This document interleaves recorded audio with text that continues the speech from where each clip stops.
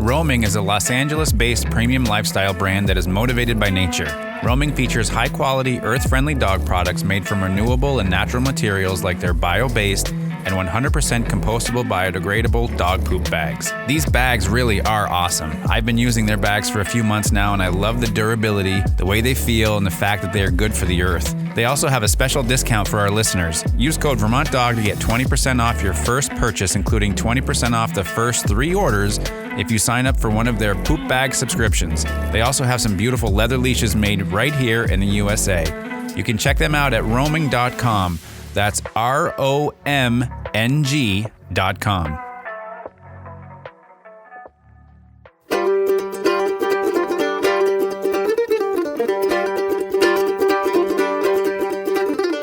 Time again for Talking Dogs with Ian Grant, owner of Vermont Dog Boarding and Behavior, VFW Drive Hyde Park. It's the show that delves into the training, socializing, behavior, nutrition, and wellness of your dog. And brought to you by Guy's Farm and Yard, with locations in Morrisville, Montpelier, Williston, and St. Albans. And we're back with the trainer, Ian Grant, and today the question is, should we reward behavior that's expected?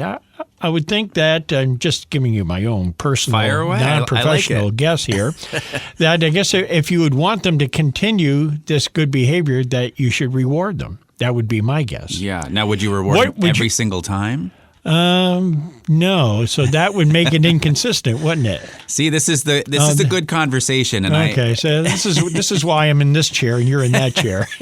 But I like having these conversations because, especially with other trainers, because it brings out their point of view, mine, their experiences and whatnot. Because let's take, for example, you and I are each walking our dogs and we see each other, in town, and we walk up and, our dogs, as we expected, would, as soon as we stop, they get into a sit and we can sit there and say our hellos. Now, we expect them to sit and behave. So should we reward that? Every time you and I see each other and walk up. I see where you're going with this. You see where I'm going with this? Yes, that's why you're the trainer and I'm the trainer in training. Yeah. The other part of it, too, is I certainly will never tell anybody, look, if your dog is behaving very, very well, that you should never reward it. Right. I do think there is a fine line of, too much affection for every single little thing that they do. Or, a little pat on the head for you're behaving very well while I'm sitting here talking to Roland. I appreciate this, right. And feeling good. The other part of it, too, is if we looked at it going, okay, my dog isn't great on leash meeting people, and I saw you in town and I walk up and I expect my dog to behave, but he doesn't know how to yet. Now we're getting into the nitty-gritty of, okay, now I have to teach him what I expect, reward him for the proper behavior. But as you look at these different scenarios of, okay, if we're just walking through town and it's just you and your dog's doing well, do we have to reward them every 5 minutes for the behavior that we expect? Now, if you did that, they would probably expect a reward every time then.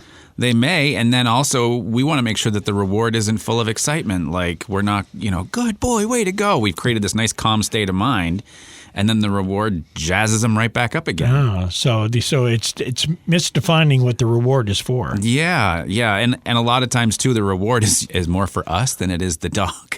Oh, I find the owners want to just constantly pet because they're being so good, and this is more about just wanting to touch the dog and hug the dog and all these kind of things. And so, when we look at these situations, like maybe you're getting food ready for Tika and you expect her to behave and be respectful of the space and everything. And you've already gone through the training, so you expect them to do it.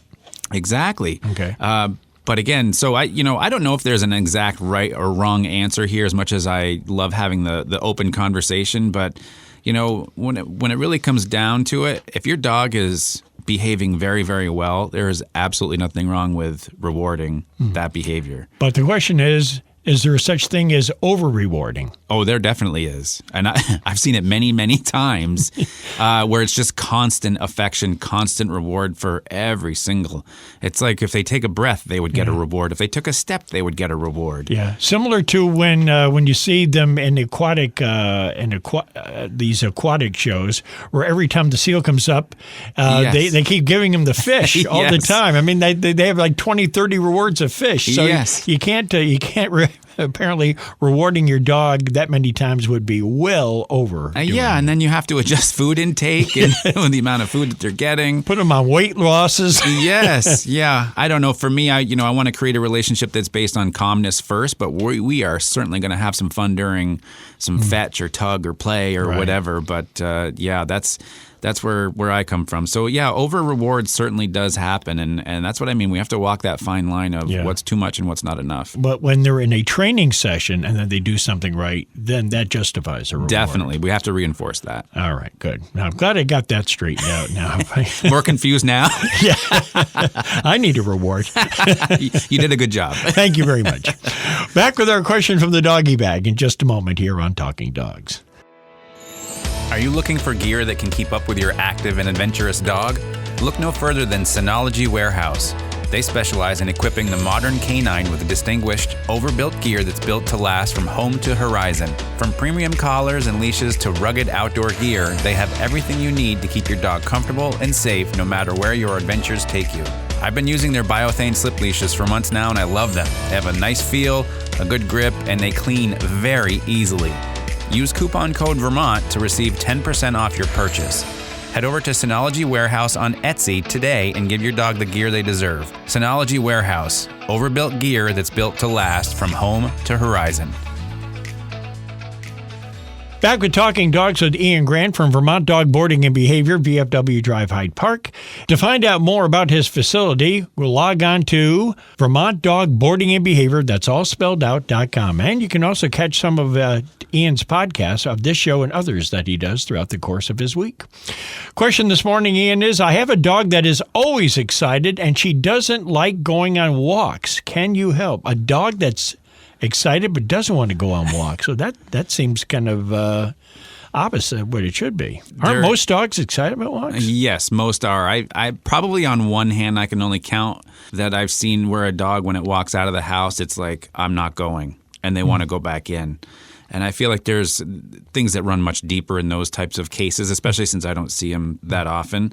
But if your dog is not going on walks to get rid of some of that energy, the dog is going to remain excited quite a bit. All the time, yeah. Unless you're giving it a substantial amount of mental stimulation inside the house and throughout the day and that kind of thing.